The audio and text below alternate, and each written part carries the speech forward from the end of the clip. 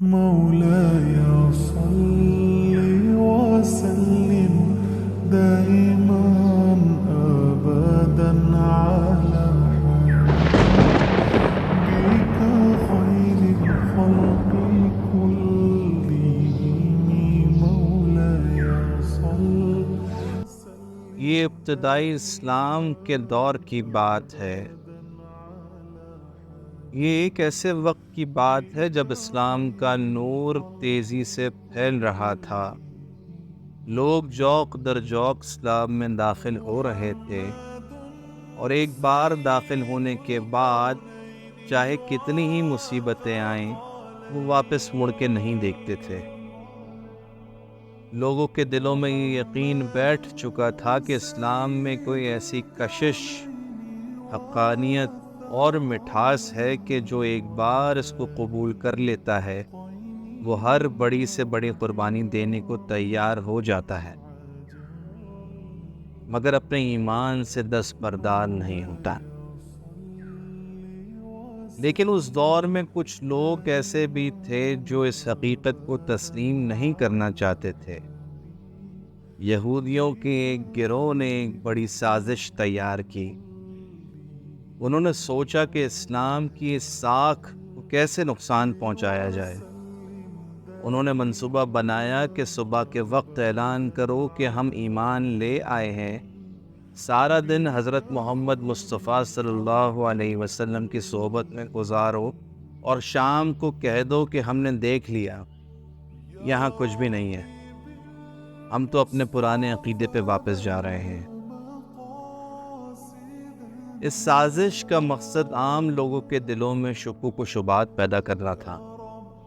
کچھ لوگوں کو یقیناً یہ سمجھ میں آ جاتا کہ یہ ایک سازش ہے، لیکن کچھ لوگ یہ سوچنے پہ مجبور ہو جاتے کہ یہ بڑے متقی اور حق کے متلاشی لوگ ہیں، جنہوں نے کلمہ پڑھا، اسلام قبول کیا، سارا دن رسول اللہ کی محفل میں بھی بیٹھے رہے صلی اللہ علیہ وسلم، اور پھر واپس پلٹ گئے۔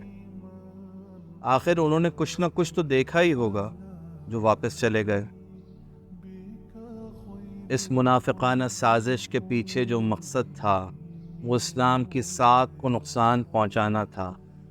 اسی طرح کی سازشوں کو روکنے کے لیے اسلامی ریاست میں مرتد کی سزا تجویز کی گئی، کیونکہ اسلامی ریاست ایک نظریاتی ریاست ہے اور ایمان اور اسلام اس کی بنیادیں ہیں۔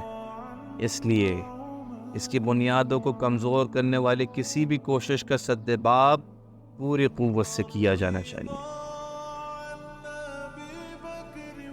آپ کا کیا خیال ہے؟ کیا آپ اس بات سے متفق ہیں؟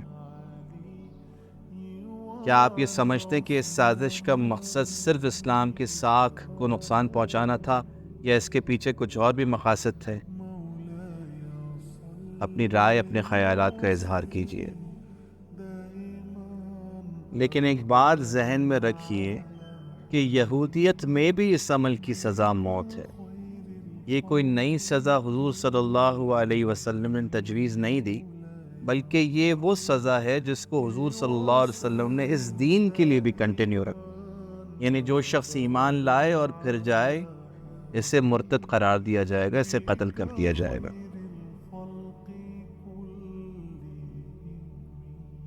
دیکھیں، ایک بات ذہن نشین کر لیجئے کہ اسلام کی حقانیت اور اس کی مٹھاس وہ چیزیں ہیں جو انسان کو بڑی سے بڑی قربانی دینے پہ آمادہ کرتی ہیں، اور یہ جذبہ کبھی ختم نہیں ہوتا۔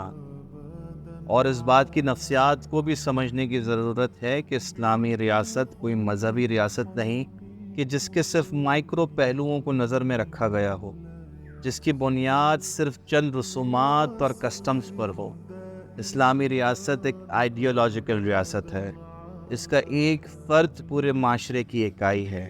اسلامی ریاست ایک نظریاتی ریاست ہے، اور ریاست کی جڑوں کو کھودنے والی کوئی بھی شے ہو، اس کا سدباب پوری قوت سے کرنا چاہیے۔